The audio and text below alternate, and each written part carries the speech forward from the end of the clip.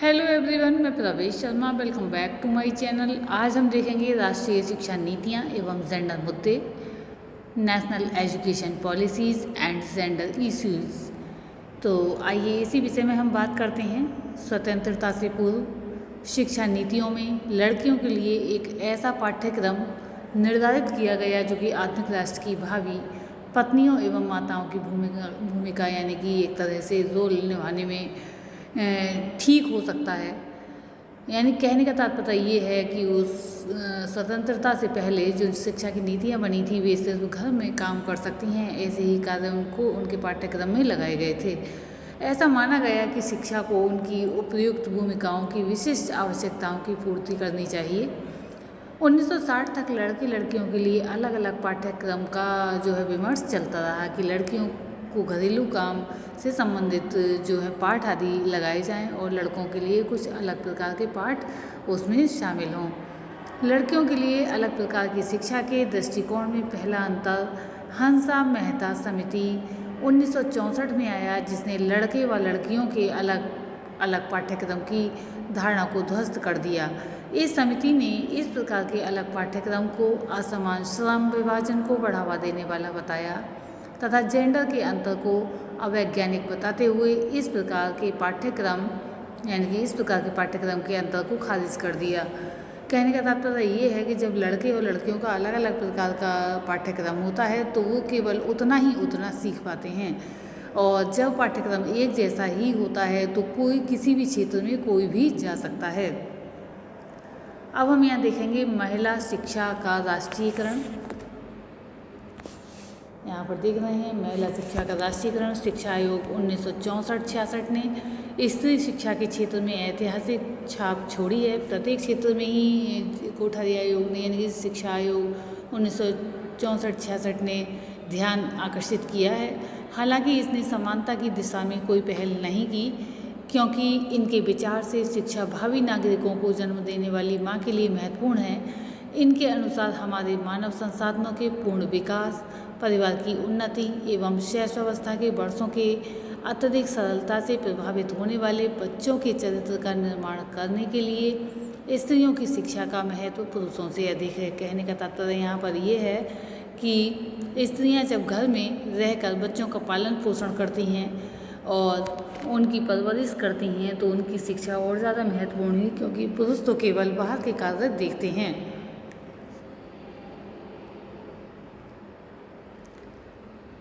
For full development of our human resources, the improvements of homes, and for molding the character of children during the most impressionable years of infancy, the education of women is of even greater importance than that of men.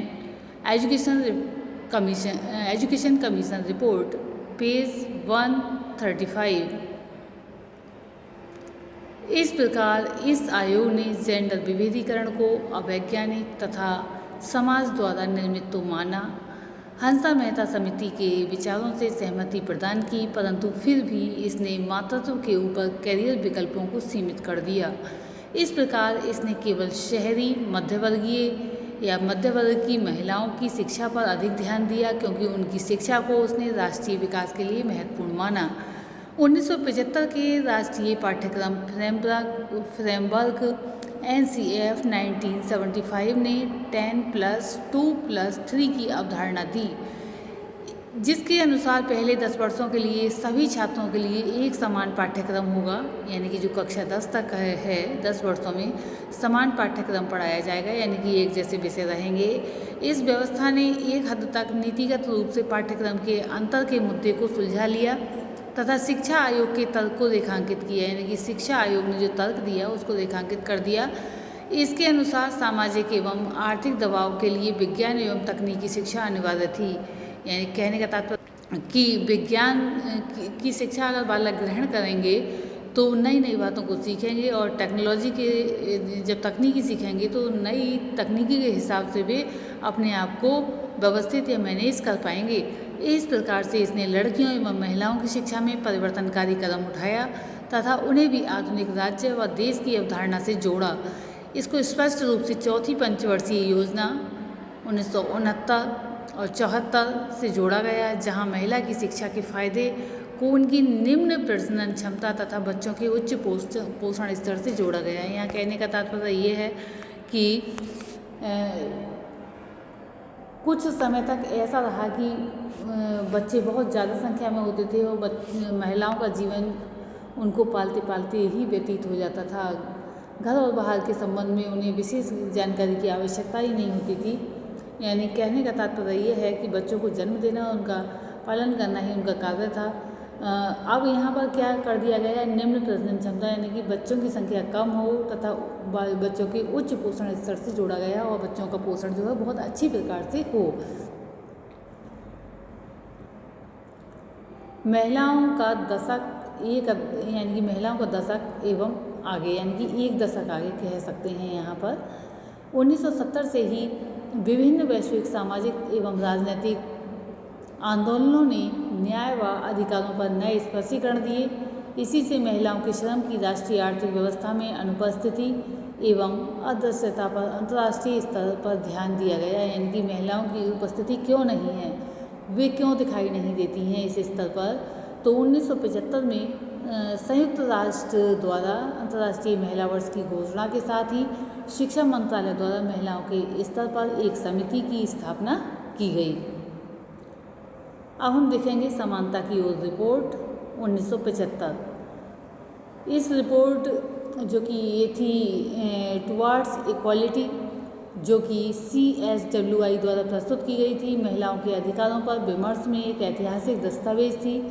इसने समाज की विभिन्न आर्थिक स्तर की जो है महिलाओं के आर्थिक स्तर, यानी कि उच्च आर्थिक स्तर, निम्न आर्थिक स्तर या मध्यम आर्थिक स्तर, जो भी जिस आर्थिक स्तर से गुजर रही होती थी, आर्थिक स्तर की महिलाओं के विभिन्न अनुभवों द्वारा उनके जीवन में व्याप्त असमानताओं पर जोर दिया। इसने निष्कर्ष दिया कि महिलाओं की उत्पादक भूमिका को विभिन्न नीतियों में कोई ध्यान नहीं दिया गया, जिससे उनकी आवश्यकताओं को भी अनदेखा कर दिया गया। समिति ने जोर दिया कि सामाजिक वास्तविकताओं, मूल्यों एवं अभिव्यक्तियों के अनुरूप औपचारिक शिक्षा ने किसी भी परिवर्तन को जन्म नहीं दिया, बल्कि आज़ादी के उपरांत शिक्षा ने वर्ग संघर्ष को और गहरा कर दिया है। समिति ने महिलाओं के लिए प्रासंगिक ज्ञान देने के विचार पर भी प्रश्न उठाया है।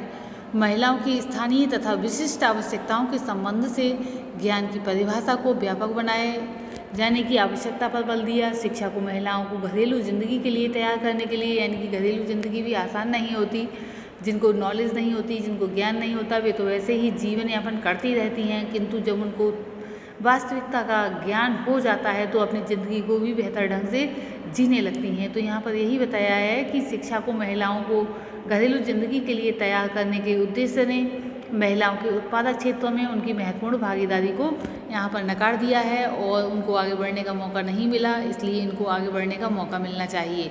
अब हम देखेंगे यहाँ पर श्रम शक्ति रिपोर्ट 1988। ये पहली समिति थी जिसने अर्थव्यवस्था के असंगठित क्षेत्रों में महिलाओं की भूमिका एवं भागीदारी को स्पष्ट किया। इस क्षेत्र की महिलाओं की विशिष्ट एवं विभिन्न आवश्यकताओं को पूरा करने के लिए इसने शिक्षा की आवश्यकता महसूस की थी। कमीशन ने महसूस किया कि समानता के लिए सबको समान अवसर प्रदान करने के साथ ही सफलता के लिए ज़रूरी परिस्थितियां भी मुहैया कराई जानी चाहिए, यानी कि उपलब्ध कराई जानी चाहिए। इसने सुझाव दिया कि ग्रामीण बच्चों के पाठ्यक्रम को अत्यधिक प्रासंगिक बनाया जाए तथा उन्हें इतिहास व विज्ञान के साथ ही प्रायोगिक विषय जैसे कि पशुपालन तथा पशु देखभाल जैसे विषय भी पढ़ाए जा सकते हैं। महिलाओं को केंद्र में लाने के लिए पाठ्यपुस्तकों को संशोधित किया जाना चाहिए, क्योंकि उनके अनुकूल जब पाठ्यपुस्तकें होंगी तो वे ठीक प्रकार से पढ़ने में रुचि लेंगी। यहाँ पर हम देख रहे हैं राष्ट्रीय शिक्षा नीति 1986। सशक्तिकरण एक उद्देश्य इसके अंतर्गत आता है। राष्ट्रीय शिक्षा नीति 1986 एक महत्वपूर्ण डॉक्यूमेंट साबित हुआ, क्योंकि इसने राष्ट्रीय शिक्षा व्यवस्था के पुनः संगठन की बात की, जिससे महिलाओं के सशक्तिकरण की दिशा में सकारात्मक भूमिका निभाई जा सके तथा पुनः संशोधित पाठ्यक्रम, पुस्तकों, शिक्षकों के प्रशिक्षण, नीति निर्माताओं आदि के द्वारा नए मूल्यों का विकास किया जाएगा तथा विश्वास एवं सामाजिक पुनर्निर्माण किया जाएगा। यानी कहने का तात्पर्य है कि विश्वास भी उनमें दिया जाएगा, यानी उनको विश्वास में लिया जाएगा और सामाजिक पुनर्निर्माण भी किया जाएगा। राष्ट्रीय शिक्षा नीति, जिसे शॉर्ट में बोलते हैं NPE 1986, ने नारी आंदोलनों के आलोक में अपना विजन एक तरह से प्रस्तुत किया, सामने लाए, जिसने विभिन्न लिंगों के मध्य समानता मौलिक अधिकार है ये माना, ग्रामीण लड़कियों तक शिक्षा पहुंचाना तथा स्कूल पाठ्यक्रमों से भी लिंग भेद एवं पक्षपात को दूर हटाना अत्यंत आवश्यक है। इसके साथ ही भारतीय संस्कृति अनुरूप प्रत्येक जेंडर को सम्मान देना एवं पल्लवित करना उचित होगा, क्योंकि भारत में महिलाओं को लंबे संघर्ष के बाद स्वतः ही मताधिकार मिला हुआ है, जबकि पश्चिम में ऐसा नहीं हुआ है। ये आवश्यक है कि पाठ्यक्रम को जेंडर संवेदी तथा जेंडर अंतर्निहित बनाया जाए, जिससे लड़के एवं लड़कियां जो समान रूप से योग्य हैं वे एक दूसरे के प्रति संवेदनशील बने तथा एक देख रेख युक्त या समान हिस्सेदारी वातावरण में पले बढ़े तथा एक दूसरे के प्रतिद्वंदी न बने। कहने का तात्पर्य ये है कि हम समाज में देखते हैं पुरुष अपने आप को ज़्यादा शक्तिशाली और कहते हैं कि सब कुछ करने वाला यानी कि कर्ता धर्ता मानते हैं, और महिलाओं को एक कमज़ोर कड़ी के रूप में देखा जाता है। हमने कक्षाओं में भी देखा होगा कि जब कोई एजुकेशन में लड़के और लड़कियां पढ़ रहे होते हैं तो अक्सर लड़कियों को ये टोक कर रोक दिया जाता है कि तुम तो लड़कियां हो, तुम्हें गणित इतनी अच्छे आसानी से नहीं आएगी, और लड़कों से कहा जाता है कि तुम लड़के हो तब भी तुम्हें गणित नहीं आ रही है, समझने की कोशिश करो। तो यहाँ पर लिंग भेद इन बातों से पता चलता है। जेंडर को दूसरे संदर्भ से अलग करने में धार्मिक संस्कारों एवं रीति रिवाजों की मान्यता प्राप्त होती है। इस प्रकार उन रीति रिवाजों को नज़रअंदाज कर दिया जाता है जिनसे महिलाओं के श्रम को एक तरह से सेक्सुअल को और यानी कि एक तरह से वही जीव विज्ञान के अंतर्गत गतिशीलता तथा संसाधनों तक पहुंच को सीमित तथा नियंत्रित किया जाता है। इस पूरे डॉक्यूमेंट में एक संतुष्ट बेचैनी दिखाई देती है कि कहीं सामाजिक संघर्ष एवं शिक्षा के बारे में जागरूकता किसी संभावित अवरोधों को जन्म ना दे दे, यानी कि जो कहीं ऐसा ना हो कि रुकावट आ जाए। इसलिए NCF डॉक्यूमेंट पश्चिम सभ्यता में सहज द्वैधता को प्रतिध्वनित करता है या करता ही दिखाई देता है। एक तरफ तो ये भारतीय परंपरा की महानता की दुहाई देता है, दूसरे इसमें यानी कहने का तात्पर्य ये है कि जिसमें महिलाओं को ऊंचा दर्जा दिया जाता है तथा पश्चिमी महिलाओं को महिला अधिकारों की आवाज़ उठाने वाली तथा परिवार तोड़ने वाली माना जाता है। कहने का तात्पर्य ये है जब परिवार की महिलाएं आगे बढ़ती हैं तो उनकी आवाज़ भी निकलती है, यानी कि अपनी आवाज़ भी उठाती हैं और वे कुछ करने की ठानती हैं, यानी कि एक तरह से आर्थिक स्थिति को मजबूत करना चाहती हैं, जिसके लिए उन्हें बाहर निकलना होता है। तो वहाँ पर क्या माना गया है कि महिला अधिकारों की आवाज़ उठाने वाली तथा परिवार तोड़ने वाली मान लिया जाता है। इसके अनुसार भारतीय महिलाओं को अपने अधिकारों के लिए विद्रोह करने की ज़रूरत नहीं है, क्योंकि उनको उनका उचित हिस्सा स्वाभाविक रूप से ही दे दिया जाएगा। उदार पितृसत्ता के द्वारा ये माना जाता है, स्पष्ट करता है जहाँ पर उदार पितृसत्ता है कि अधिकार केवल आडंबरपूर्ण ही रहते हैं, क्योंकि समाज में प्रत्येक परिवर्तन की परंपराओं से दूर जाने वाला तथा नकारात्मक ही देखा जाता है। संयुक्त तथा विस्तृत परिवार के विपरीत समाज में आज एकल परिवार, एकल अभिभावक एवं अविवाहित संबंध देखने को मिल रहे हैं, जैसा कि भोग जो राइटर हैं 2002 ने लिखा है। हालांकि भारतीय राज्य घरेलू हिंसा एवं सेक्स चयन तकनीकी इत्यादि पर कानून बनाने या बना के अपनी प्रगतिशीलता का ही परिचय देते हैं, परंतु ये परिवार नाम की संस्था पर यानी परिवार नाम की जो संस्था है पर किसी भी आलोचना के लिए दरवाजे बंद रखते हैं, जिसके कानूनी जामा पहनाने के लिए भारतीय महिलाएं लंबे समय से संघर्ष कर रही हैं। कहने का तात्पर्य ये है कि इतनी आलोचनाएं, इतने आंदोलन होने के बाद भी कोई बोलना नहीं चाहता परिवारवाद पर।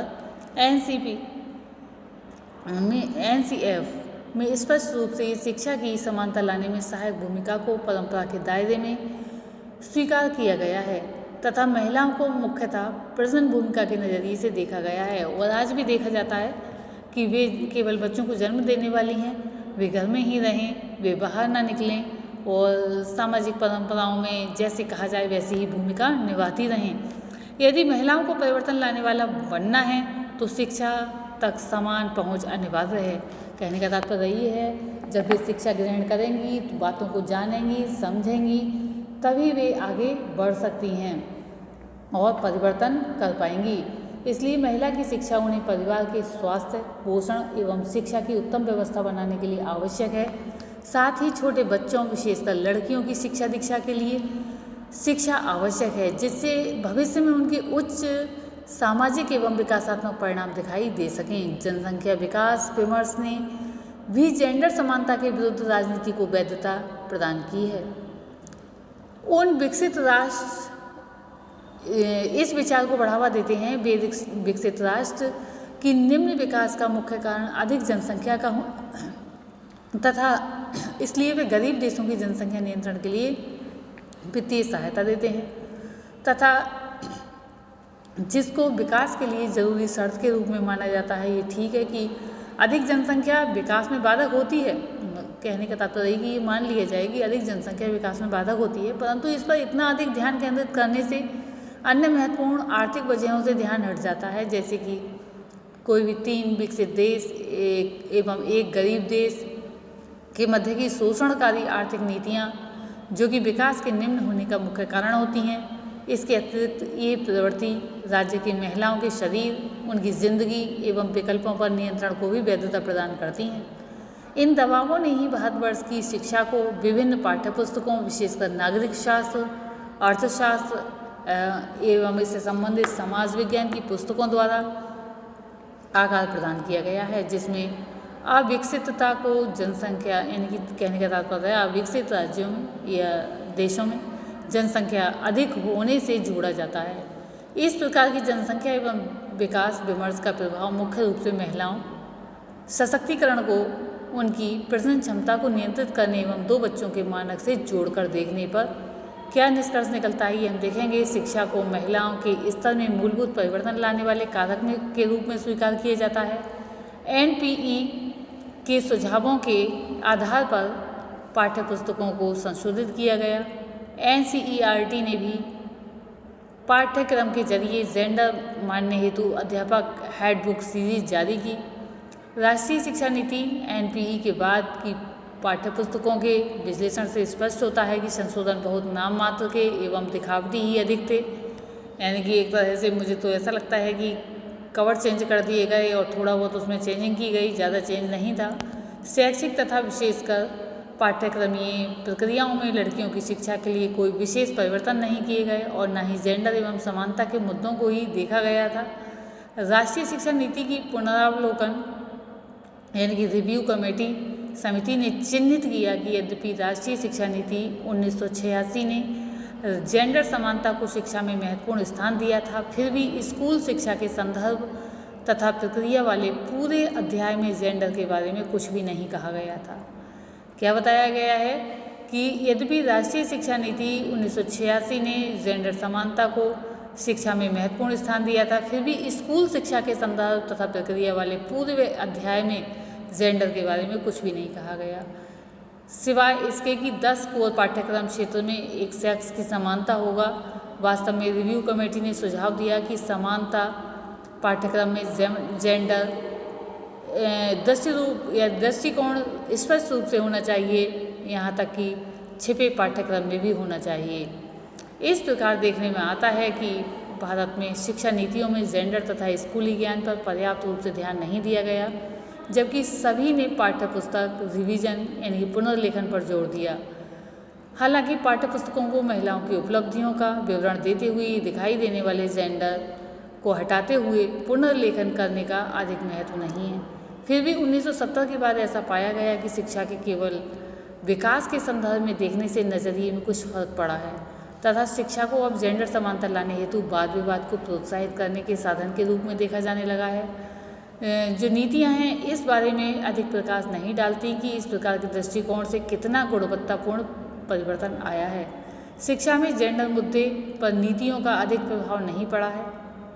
संभवतः इसका कारण महिला आंदोलनों एवं अध्ययनों का शिक्षा क्षेत्र के मुद्दों से बाहर रहना है।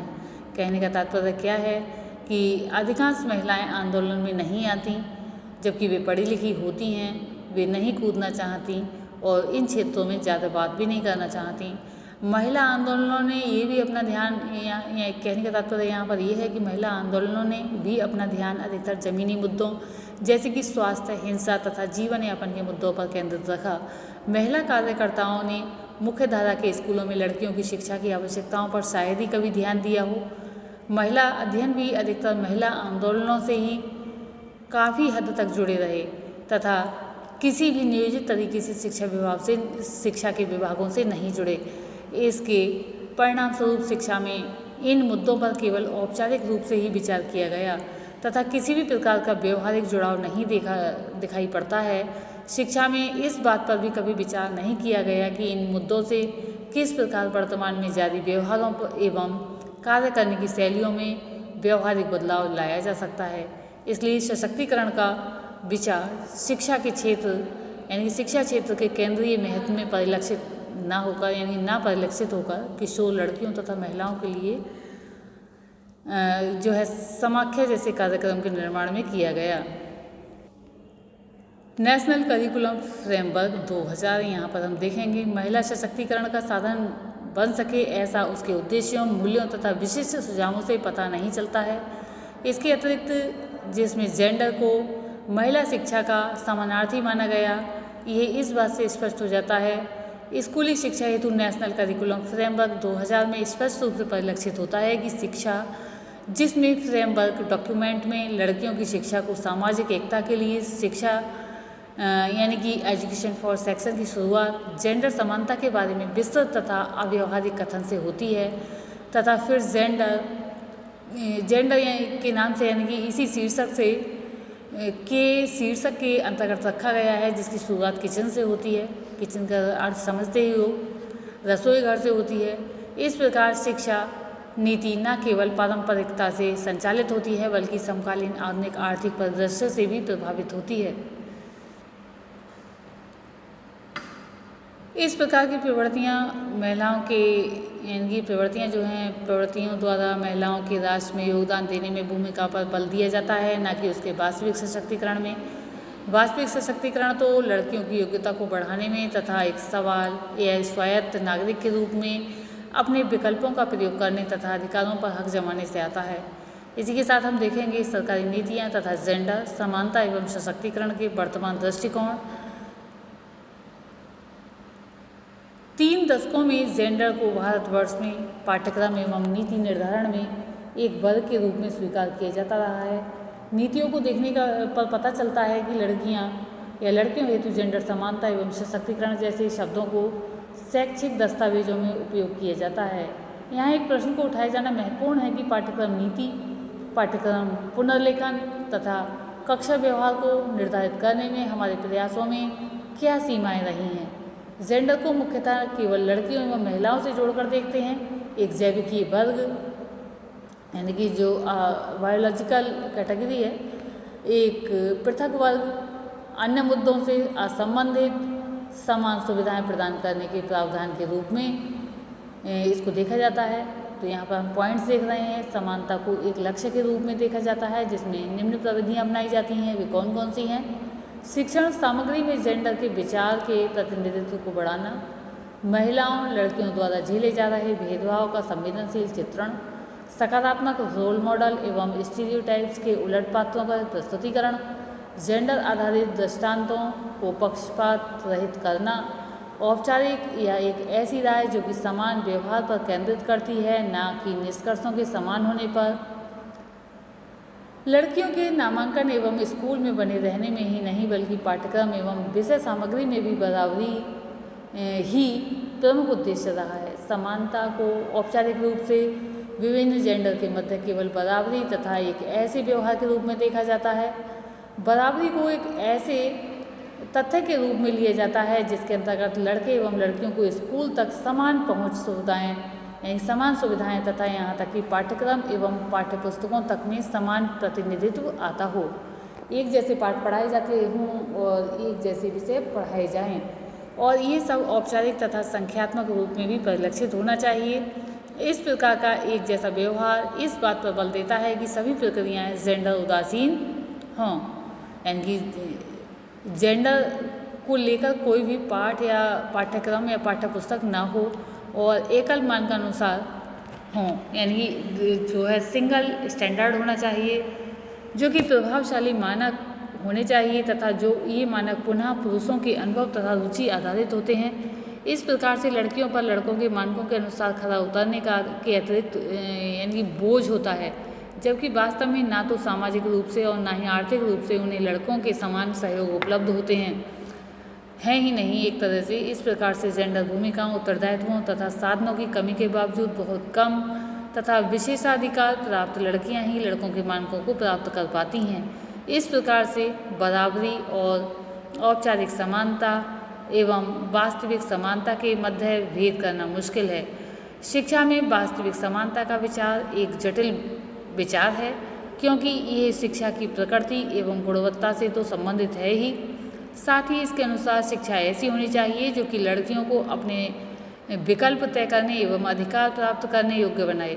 जेंडर समानता लाने को प्रतिबद्धता शिक्षा का उद्देश्य केवल लड़कियों को शिक्षा उपलब्ध कराना ही नहीं है, क्योंकि शिक्षा के लिए समान अधिकार एवं समान शिक्षा के लिए अधिकार में ही संसार भर का अंतर समाहित है। सशक्तिकरण ये एक अन्य लक्ष्य है लड़कियों के लिए, जिनके लिए शिक्षा को एक साधन के रूप में प्रयुक्त किया जाता है, क्योंकि शिक्षा सशक्तिकरण के लिए जो कार्य प्रस्तुत करती है वे यहाँ पर हैं। निम्न कार्यक्रम को लागू करने में उपयुक्त साबित होती है: बेहतर स्वास्थ्य रक्षा, 2 बच्चों का सिद्धांत तथा जनसंख्या नियंत्रण, राष्ट्र के भावी नागरिकों के निर्माण हेतु उचित लालन पालन, परंपरा एवं